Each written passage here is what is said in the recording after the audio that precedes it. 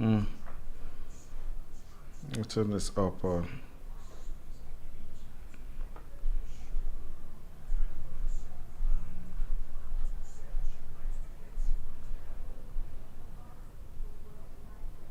On your mobile devices, on social media platforms. This is Jambo Radio! www.jamboradio.co.uk.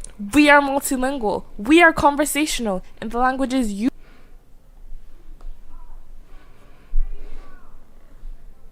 inspiring transformation. This is a rebroadcast. Hello and welcome to Touchpoint with Tayo on Jambo Radio Scotland, the show where everything matters. I'm your host, Tayo Oweye, and on Touchpoint, we explore issues that concerns Africans in diaspora and beyond. I mean, it means talking about even Africans in Africa and Africa everywhere. And we educate minds, and we also touch on and address trendy issues that concerns Africa and engages Africa's realities. And on Touch Points today, we are exploring key moments that we've had on Touch Point with Tayo. We're taking a deep look, in-depth look into Touch Point with Tayo episodes. And to join me,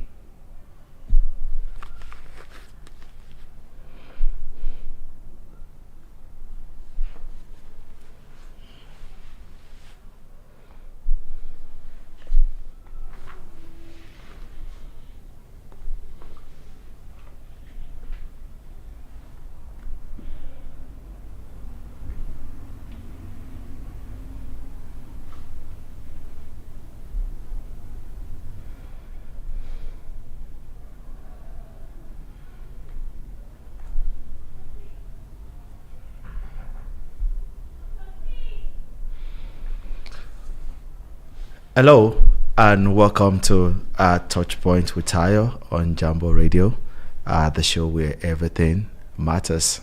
And I'm your host, Tayo Oweye.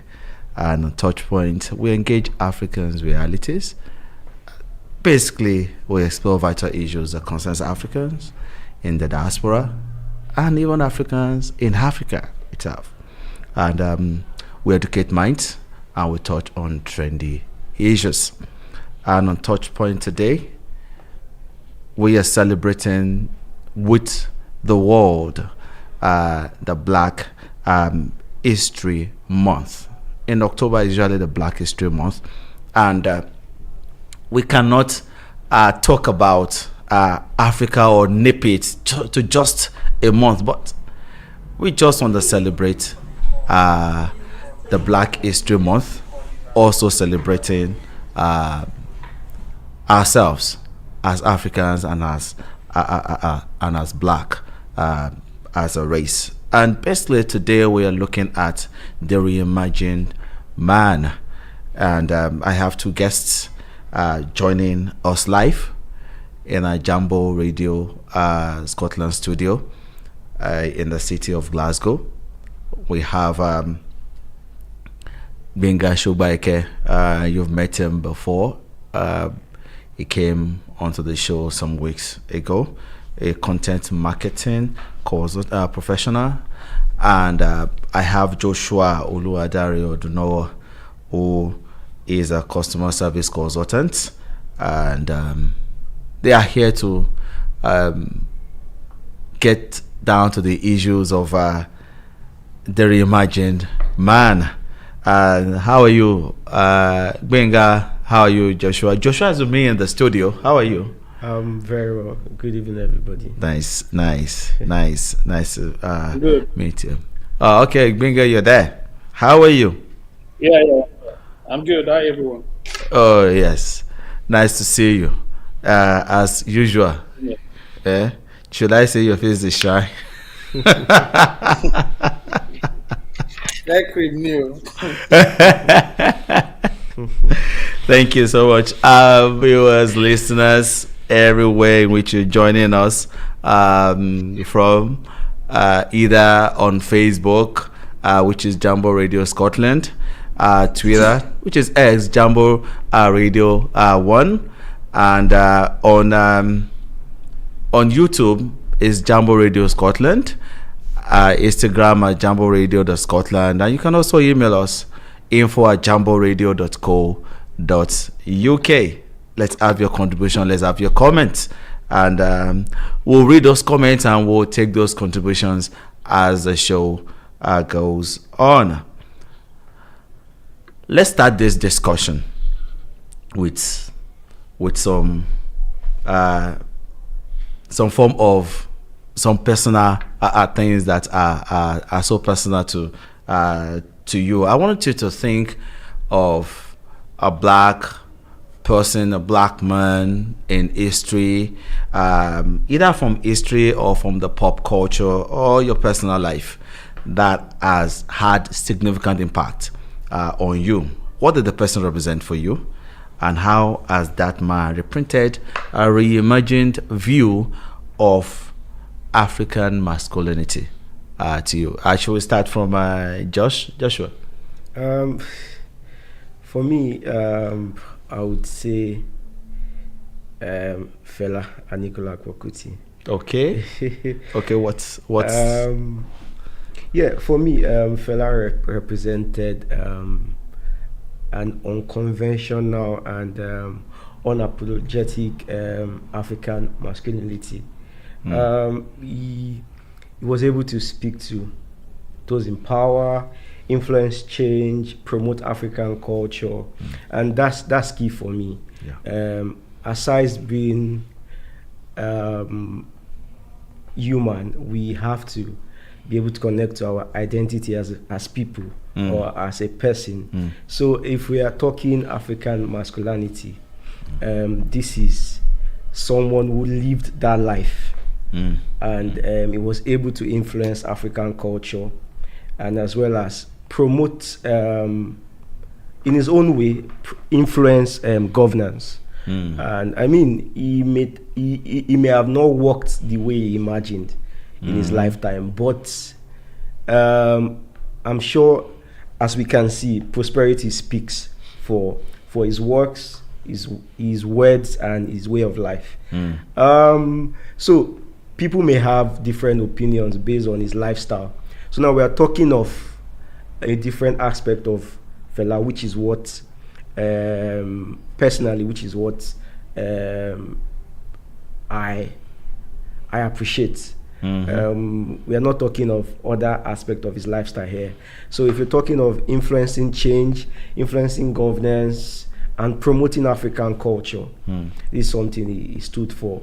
And I mean, he was resilient, and he was also very, very focused. Okay. So I'll just leave it there. Okay. Thank you. Gbenga. Yeah, there are quite a number of them actually, but apart from Fela, I would say Ganifawa Emi. Now, Ganifawa Emi to me represents integrity. Yeah. It's about what it stood for, right? Especially in Nigeria, not just in Nigeria, but maybe I'd say across Africa, but say Nigeria specifically.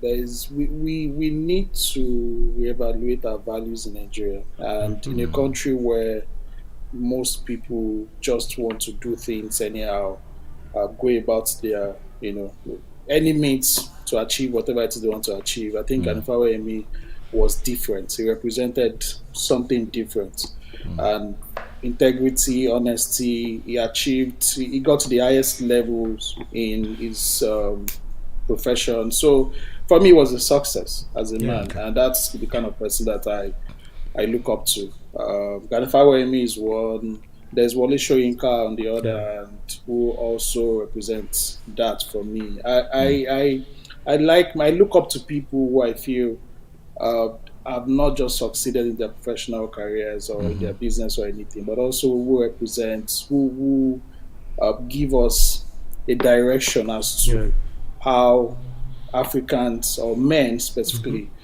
should lead their lives. Now, again, I don't know what happened in their personal lives, but from what we can see outside and for what they stood for, those are the kind of people that I look up to. And there, I could go on and mention Malcolm X, in the US. I could go on and mention Martin Luther. Though, to be honest, I prefer Malcolm X to Martin. But why would you prefer Malcolm X to Martin Luther? I think Malcolm X was more realistic than Martin Luther. Yeah. Martin Luther was an idealist. Okay. It wasn't as realistic as it should have been. But again, everybody, people have different ways of achieving things, and it still got some results, right? If I got more results than Malcolm X, if I'm being honest. There's Nelson Mandela. People also I wanted to mention that. People say a lot about Nelson Mandela, but I know that if you have not spent decades of your life in prison, you have no right to judge that guy. You have no right to judge that guy. It's always easy to judge people until you've been in their shoes. So Nelson Mandela, to me, is someone I respect a lot, and I think he did a lot, not just for even South Africa. I think he did a lot for Africa. He's still one of the most respected. Did a lot for the black race. For the black race, He did a lot for the black race. I mean, that itself was that staying in that prison, being in that prison for that long, until even when he was given the opportunity to leave the prison, he left on his own terms.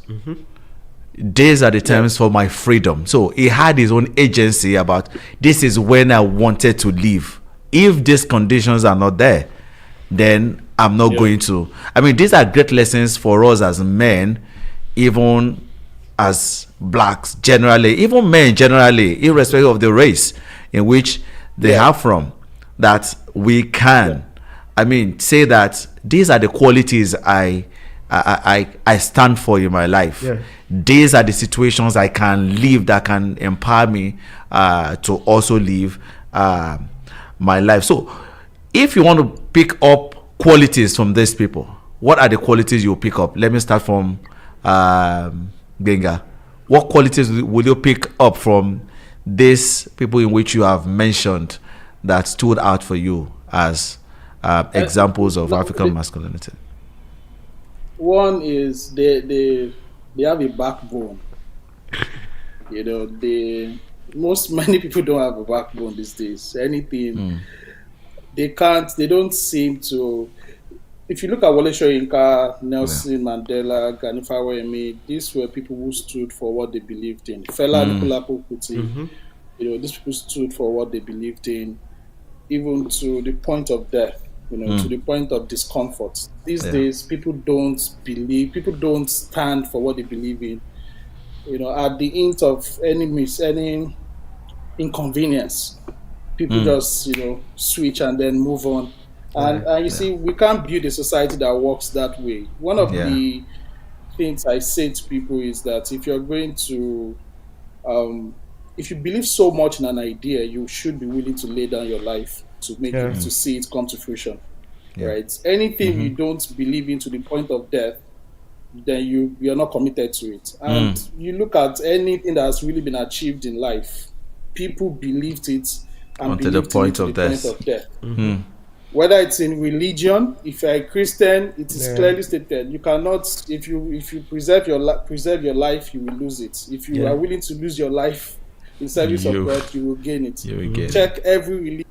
Check at every point in human history, people who have made any significant change have been committed to it to the point of death, right? And that's why I feel like we have a long way to go, especially on the continent in Africa, because too many of us, we don't have the backbone, we don't have the commitment to see things through, right? So those guys represented commitment, right? People who have a backbone, people who are willing to lose their personal freedom, lose their lives, for what they believe in. I think we need more of that in our society these days. People, I don't want to digress too much, but when you ask people why Nigeria or Africa is the way it is, many times we blame colonialism as if political colonialism in that sense did not end a long time ago. I think the real problem we have is that we don't have the backbone. We don't have the fortitude to say no and stand by it, and then see the consequences be done. That's what I think is responsible for many of the ills we have in our societies today. Okay, Josh. In addition to the lack of backbone, what are the other qualities you think about this men that we can tap in from? Yeah, so just to continue from where it stopped, Fela, as an example, was fearless. Wole Soyinka in his time was fearless. Yeah. Mandela was fearless as well. Like you said, I mean, we can say whatever we like about Mandela. There are many political examples about him, but I mean, these men were fearless. They stood to what they believed in, and I think that's for me, that's the greatest problem we have in African politics today. We don't have people who believe in a system and are true to that belief. They are not fearless in their beliefs.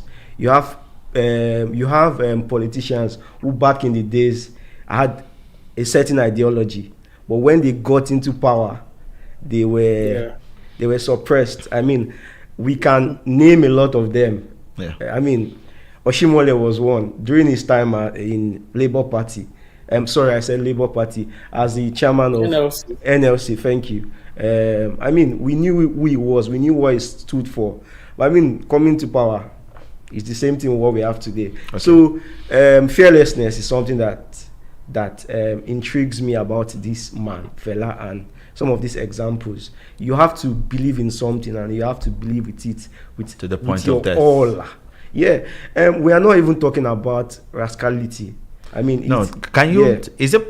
It's not about rascality. Yeah. Is it? I don't know. Let me just throw this out. Is believing something to the point of death in quote rascality? That's why I made that point. That I'm not even talking rascality. Yeah. I'm talking of being strong-willed. Yeah. He made an example of religion. As Christians as well, we believe in God. Or Christians generally, we believe in God, believe a believe religious in Jesus. person. Yeah, as a religious person. You believe in something and you're true to your belief. If people are saying B about what you believe in, you know what you believe in and you stand. Should we say as a religious person or as a spiritual person?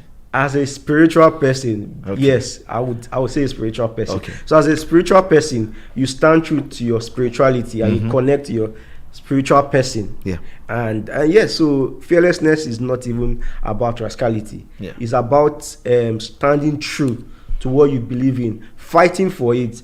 It's not about why I mentioned we are not talking rascality is that it's not about going out causing havoc in the community, but I mean using your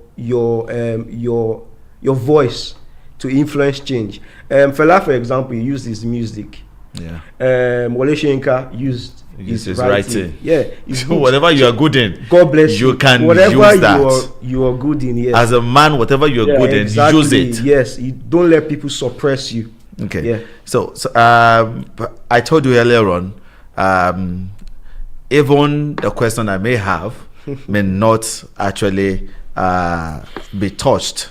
So I have two questions here. Probably it said, please, what lessons do you think Nigerians, Africans in diaspora should learn from the qualities of the great people already mentioned in order to take our country or Africa to the state we all want? Benga. Okay. Well, there's a lot we can learn from them. One of the things people have said about Mandela is that he compromised in certain areas. And the truth is, let's be honest with ourselves. There's no point getting into a negotiation if you're not willing to make some compromises. Mm-hmm. At least it's a negotiation. Yes, it is. It is a negotiation, whether we like it or not. The question is, to what extent do you compromise, and what do you get out of, what do you get after making that compromise, right? So if you're going to, you cannot go to a negotiation table and insist that it has to be your way, then you're not ready. You're not ready to get anything out of it. So one is, we must be willing to make the necessary compromises that may not necessarily give us 100% of what we want, but it gives us a lot of what we want, right? So that's one. The second thing is we need to be committed, as we've said. We need to be fearless. We need to be courageous, right? If we're going to make our continent work, if we're going to make Nigeria work, we need to be willing to pay the price. Yeah. Right. I'll give you an example. I've said, again, I don't like to talk about politics, at least not on if you can mass media, but I've said, why don't, and this is for Nigerians. Now, for Nigerians that live abroad, we can't vote. We are still unable to vote. Yeah. The question is why? Because Kenyans can vote from abroad. Kenyan diasporans can vote. South Africans can vote. And I know that if we do a bit more research, we find other countries. Why can't Nigerians vote? Considering the fact that Nigerian diaspora contributes the second largest amount of, I can't remember, maybe I don't know what's called FDI, but basically we contribute, after Egypt, we contribute the second highest amount of money back to our economy in Nigeria. Yeah. Right. So how do such a very important economic demography not have the political power to influence what happens back home? So if we really want to make any change, we can also, for those of us in diaspora, we can also start lobbying to have our electoral act or whatever be amended so that Nigerians who don't live in Nigeria are able to participate in the elections in Nigeria. Okay. That's one of the first things we can do. So it is not about just talking. We also need to make concrete moves. Civic education. Most Nigerians don't know a lot about the leadership or the process of hiring and firing leaders. So there's a lot of civic education that we need to do in Nigeria. Okay. Well, going back to the main point, some of the things we can learn from those guys is one, commitment, courage, and being fearless, being willing to make compromises for the greater good. Right? You are not going to get everything you want, but you can start from somewhere, and then from there you keep up you're able to move further from there. So those are some of the things I think we can learn from those guys.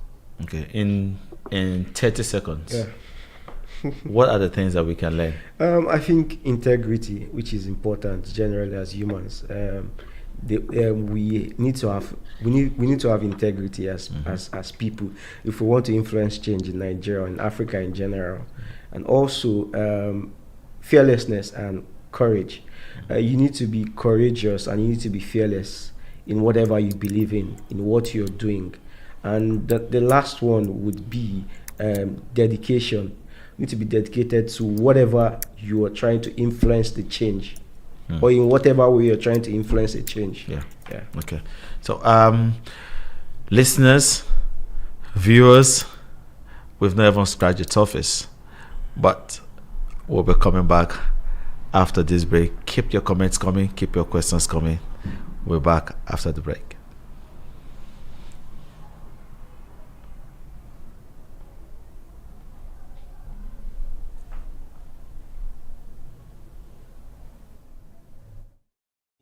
Platforms, Jambo Radio. Need security? Call Alpha One Plus Limited, a strategic security resourcing platform that connects you with licensed security personnel. We cater for our clients' security needs, from manned guarding, door supervision, event security, all the way up to close personal protection. Alpha One Plus Limited, your one-stop security solution. Call now at 44-074-2526-7909 or send us an email on info@alphaoneplus.com.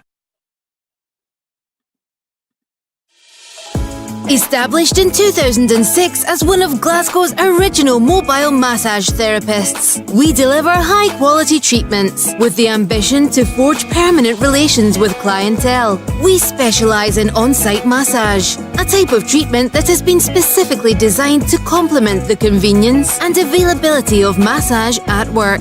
It is performed with the use of a specialist mobile chair, without the use of oils or the need to remove clothing. At At Massage and Glow, we believe that massage should be a part of your everyday lifestyle. Regular massage not only relieves stress and tension, but also stimulates blood circulation, can help with pain management, and promotes good mental health. A must for your busy schedule. Various holistic therapies available. Contact us now on 07530 905 152 for your mobile massage therapist. On your mobile phone and on all social media platforms. Jambo Radio.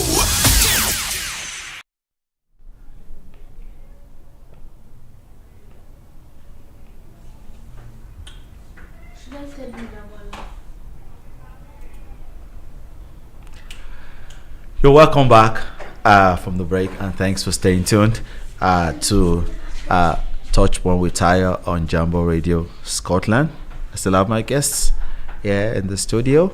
I have Gbenga Shubake, a content marketing professional, and Joshua Luadari Odunawa, customer service consultant. And we've been dealing with the Reimagined Man within the context of Black History Month, which is celebrated globally in October on an annual basis. We've had some questions, we've had some comments online. Let me just take some time to also read some of these comments. Oboye, I find, said, nice take from the guests on the qualities it takes to be fearless. I'd like them to share some light on the role of existing structures in the society, or that the society plays in this role in this whole process. Oboye also made mention that there are young persons with potentials to meet and even surpass some of these great men mentioned. Unfortunately, the system keep antagonizing them. Can we just quickly talk about the system? How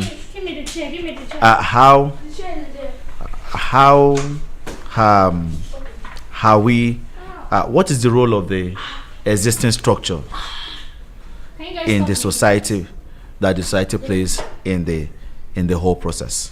Joshua, I didn't get the question. Sorry. What is the role? The role of the existing structure in Africa. How has it either hampered or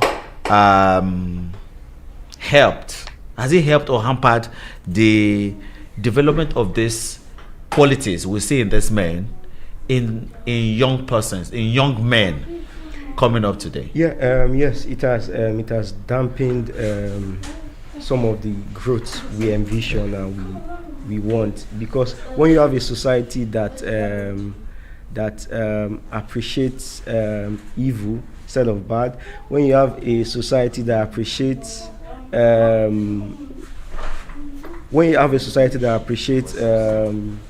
crime or criminals instead of those who are legitimately working to make ends meet.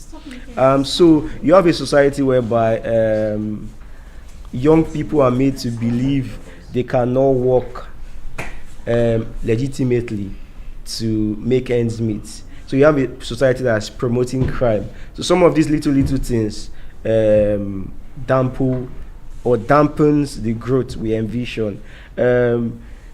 Many of our government parastatals, when you try to do one or two things with them, the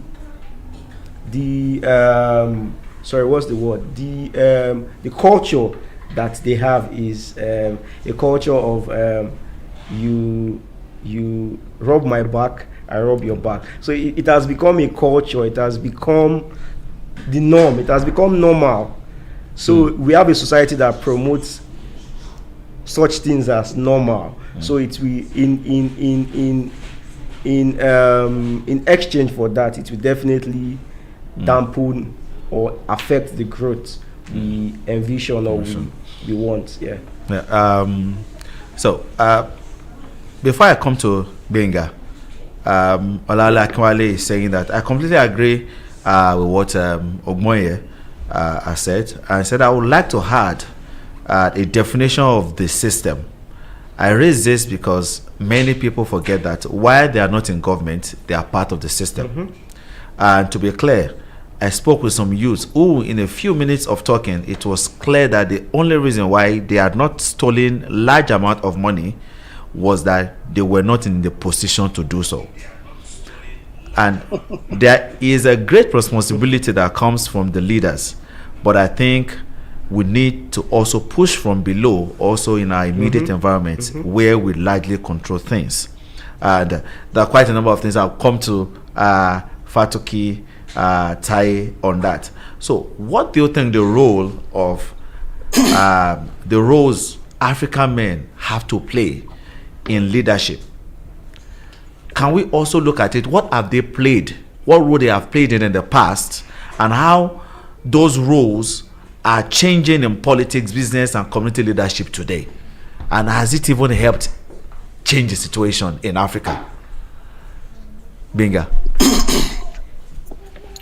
Well, I would say our values are our core African values are being eroded. And as a result of that, we have a dysfunctional society that needs a reset. Yeah. We need to overhaul the system so that we can then begin to chart the course, forward, right? So, like, you mentioned, someone said, he had a conversation with some young guys, and you could tell that their mindset is warped already, right? Now, they're a product of the society in which they grew up. And also a product of their immediate community, right? So because the fact that Nigeria has some ills does not mean that every Nigerian is like that. Yeah. Or Africa has some ills. Or the Africa. Sorry, I'm very pro Nigeria. And no charity begins at home. So the same societies that produced the criminals, produced the past, the innocent, the decent, well-behaved, exemplary people that we have in our societies. We all don't. There are some. I can assure you that there are some young people in Africa who will not steal even when they get there. It is not because it's not for a lack of opportunity. You can see it even from the private sector, right? The problem is our society is dysfunctional. So there's a lot of things there's a lot of things that we need to work on, right? For example, we need to start from the basic level, from the family level to the school system. In Nigeria, we have a national orientation agency that I honestly do not know what they do. The problem is that there's also a lack of consequence in our country, in our society. There's a lack of consequence. You misbehave and you get away with it. I was telling somebody the other day, I live in London, and when you ride on the train, you see different. I saw one ad on the train. It says, "Come to Orlando." Orlando is in the US. And I asked my wife, right, who is selling Nigeria to the outside world? Have you ever seen any ad that says, "Come to Lagos"? I've not seen any. In fact, the last time we had something that looked like an attempt to sell Nigeria was during Goodluck Jonathan's time, where we had good people, great nation, and we had some ads on a few platforms, national platforms and all that. Nigeria is saying we need foreign exchange, but we are not doing anything to bring in the foreign exchange other than the oil. If you say Nigeria is unsafe and we have a security problem, South Africa is worse. In fact, when you talk, South Africa's level of insecurity is higher than that of Nigeria, but South Africa makes billions of dollars from tourism. People still go there. They have invested. Yes, people go there. Let me shock you. People go to Mexico. Mexico is literally a state divided between the government and the narcos. People still go to Mexico. So there's no reason for Nigeria to not be attracting millions of tourists every year. The problem is that the people who are in charge have no incentive to do their job, even though they are being paid for it. Now, the president cannot do it by himself. The question is, what is the minister doing? There's no consequence for underperformance in Nigeria. And it's not just at the ministerial level, it's at every level. People cheat to pass exams. How many people have been sent to jail? People cheat to get into positions. That's why we need to overhaul that system. There has to be consequence for bad behavior. You drive one way, you are punished. You go to jail. It's not fine. You go to jail. We cannot fix Nigeria if we are not tough on bad behavior. Africa as a whole. And until we try to fix the basic things. I've told people before, and I'll say it so that I can conclude. I don't believe that Westerners are better behaved than Africans. I think the difference is that there are systems that check their excesses. You have a working system. And the system, they have a system that works. Nigerians, many Africans will come abroad and they will behave well. When they get back to their country, they start misbehaving again. It is the system. When the system allows for misbehavior, people are going to take advantage of it. And people are still taking advantage of it, even in a society that works. The owners of this country, you can do your research and you still find many of the things that people have done. But they know that if they get caught, they'll pay for it.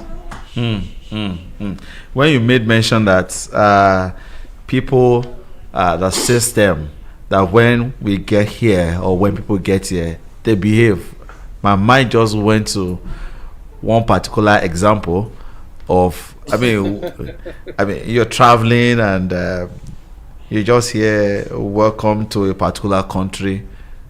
The mindset has changed. The mindset it was as if they just switched on that mindset. The system. You don't even need to land before it changes. Right from the plane. Right you from start when seeing the you bad behavior. Yes. The moment they board that plane and they know it's going back, I'm going to say it's Nigeria. Going to Africa. You know the reason why, I don't know why, because we're talking about Reimagined Man, and we are busy like looking at people. Is it that it is the men that have caused this? Joshua. The men. Okay, let Joshua go. You see that is it the men that's caused this? Yes. By men, do you mean man? Himself? Man. Or you mean both genders? Man now. Man. Well, I don't think it's the men that has caused this. What the positive you have in men, you have in women as well, and the negative attributes you have in some men as well, you have in the women. It's just that for Nigeria as an example, we have more men at the forefront, so that's why we can make examples of men. So it's not a man thing. Okay. Yeah. Okay. Can I have a Benga? Yes. Yes, it is the men. Yes, it is the men.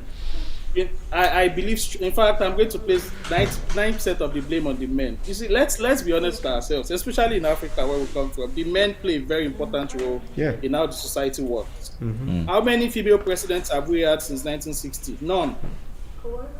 How many female governors have we had that were elected? Not that they impeached their male boss and then they got there. I don't know of any. But we have a female. But we have a female president in Tanzania now. Not even Tanzania. We had a female minister in Nigeria.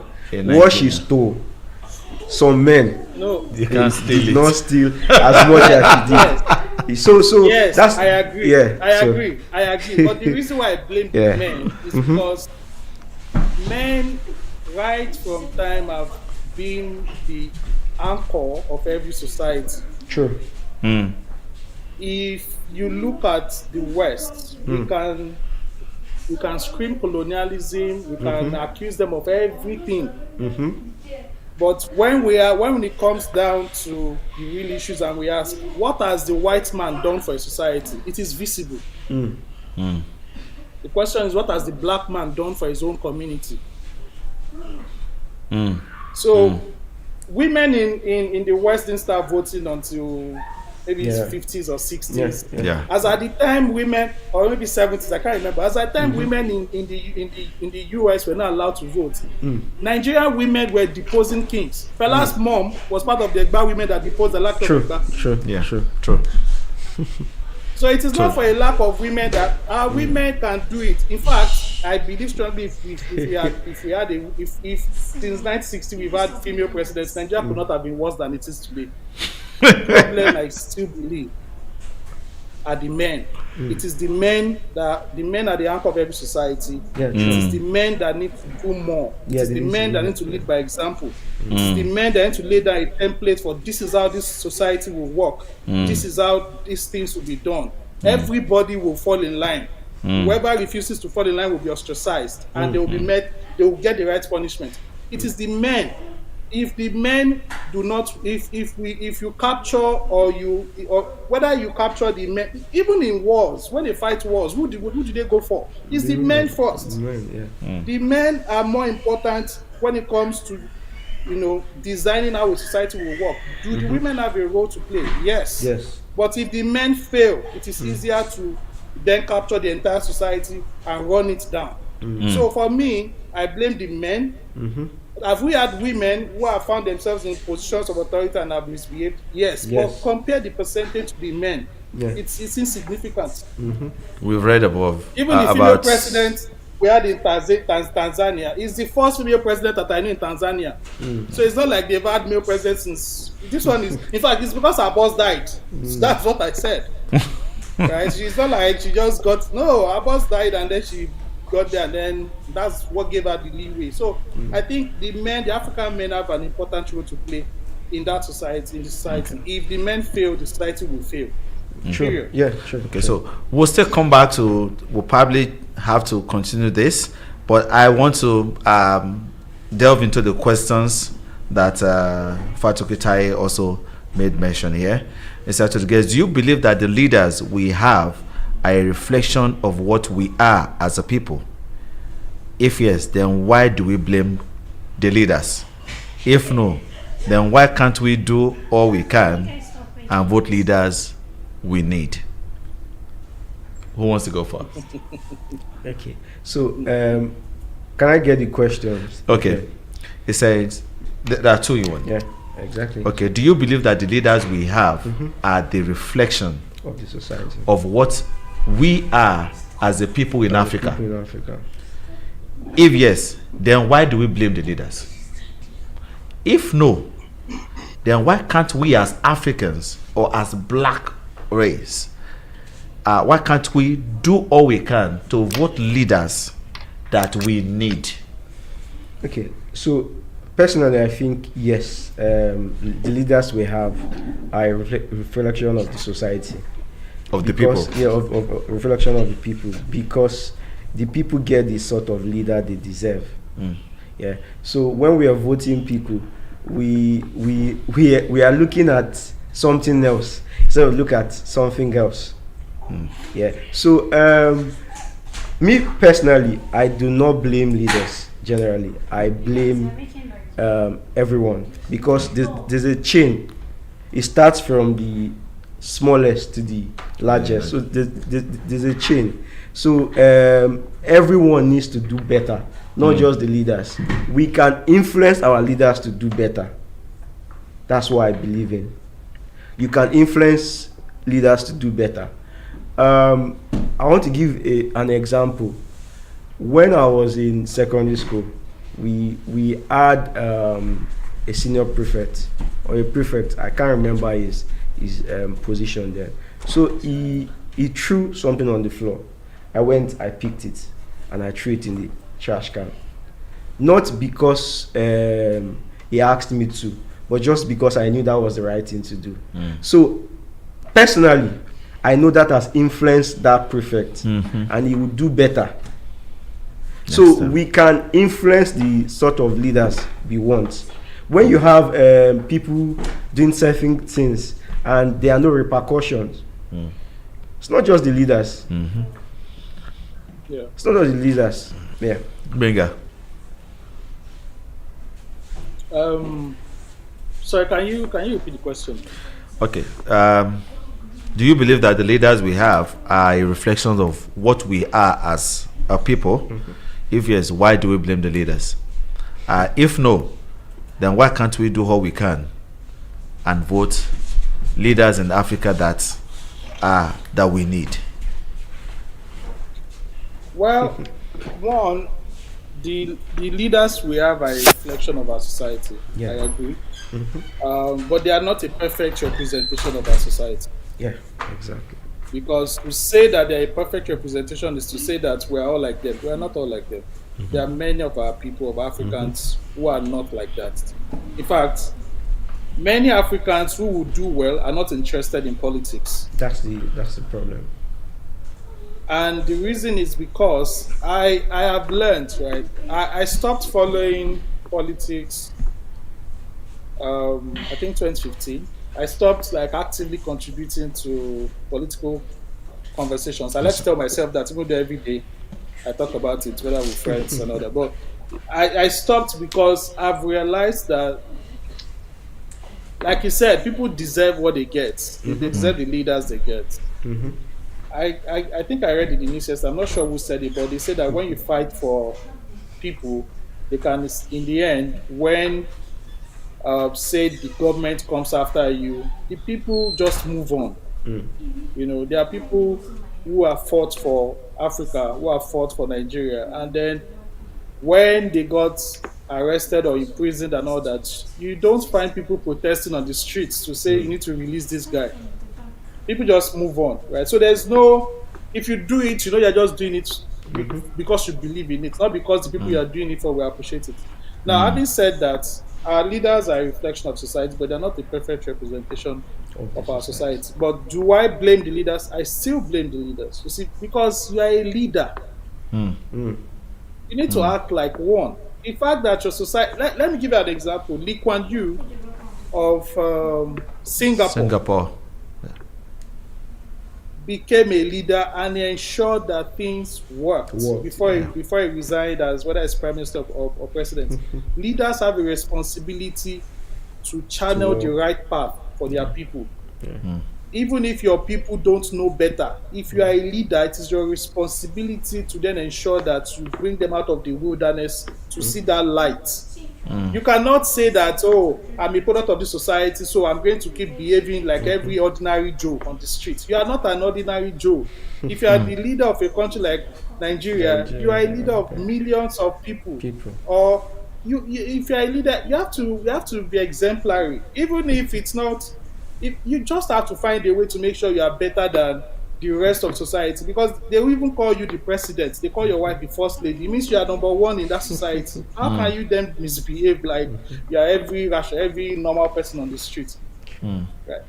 People need to do better. If you're a leader, act like one. We're not saying you'll be perfect, but show that you are better than the average guy. The problem we have in Africa is that we vote the worst people amongst us to lead the rest of us. Whether it is voting, whether it is appointments, many of the people in Nigerian police should not be there. You will not employ them as your workers in your private organization. In fact, you will not employ many of our politicians as your employees. Why do they deserve to be voted into power? If you have a secondary school certificate, you can become president of Nigeria, but you will not get any job, any reasonable job in any organization with an SSCE. Why is the bar so low for the president of an entire nation? The president is more important than any CEO in that country. But we give them, whether it is president, whether it is National Assembly, once you have an SSCE, you can get there. How? Okay. So you know, this is an ongoing conversation. We are not even scratched the surface. We are talking about Reimagined Man. We'll just for us to wrap up for today. What do you think? Before you give your parting shots, how do you think African men? Now, someone had said, even on the charts, that men or women, can we blame any of them separately? We can't blame any of them separately. They are the society. So, how can we prepare the next generation for better leadership? Josh. How can we prepare the next generation for because the next generation is us. It's not the older people. They've done theirs. How can I prepare the next generation for better leadership? in Africa? So first off is to promote a reorientation. People need to know who they are, and people need to know the right things to do. So personally, I always channel for reorientation. A lot of Africans, a lot of African youths, or the younger African generation, we need the reorientation of mind. There's a lot of negative surrounding mindsets which we have or which we've learned. There's something. Sorry. Yeah. Who will do that reorientation? The church has already, even the church, the religious communities, they are seen in different light. I know Benga will touch on that. Who will do that reorientation? All of us. Is a collective. It's supposed to be a collective effort. Those of us who know the right thing to do needs to teach those who don't know the right thing to do. Because they are even hard to believe. Those that think, oh, they are spiritually or morally upright. It's even hard to believe them these days. So who is going to do it? Like I said, is a collective effort. It's the collective responsibility of everybody to teach and to do the right The thing. next generation. Yeah, just what we are doing now. We are doing a reorientation.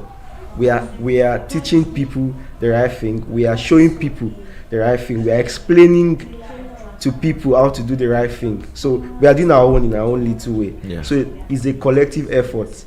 When you have the opportunity, no matter how small it is, it will effect change.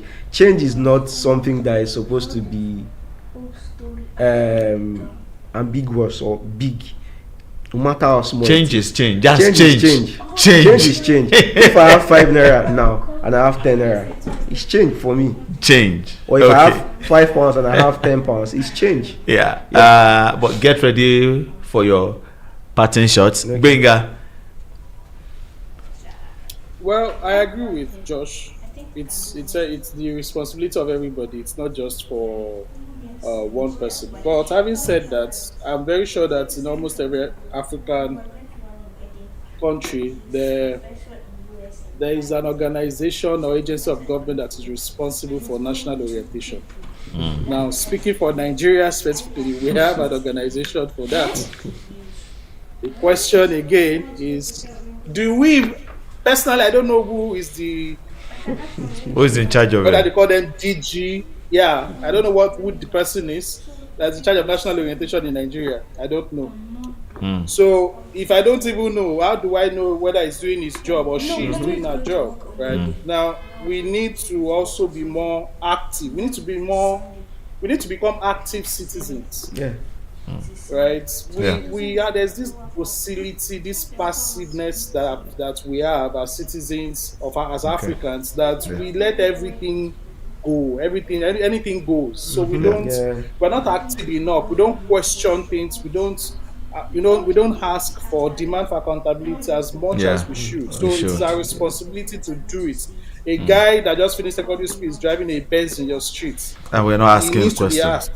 Yes, we need to ask questions. When people were growing up, when our parents were growing up, when I was growing up, I would not take anything back to my house. If you dare not. You dare not. Oh yes. Right? But these days, you check Instagram, you see students. University students buying cars for their parents back in the village, and they don't know what it does or what she does. And it does not mean it's stealing, because the world has changed. There's internet, you can be a content creator, you can make money, but you need to question things and question people and question systems. Let me cut you there. Benga speaks. 15 seconds. For just this, because we're going to continue this next week. We've not even scratched anything there. Benga speaks. What will be your pattern shots? Let's just be more active, in our societies. Let's begin to. We cannot say we want something to change and we are not willing to pay the price. We need to do more than just complain. Okay. Yeah, we need to do more than. Let's be more active. Do more than just complain. Josh. I would say be the change you want. Be the change you want. Be the change you want.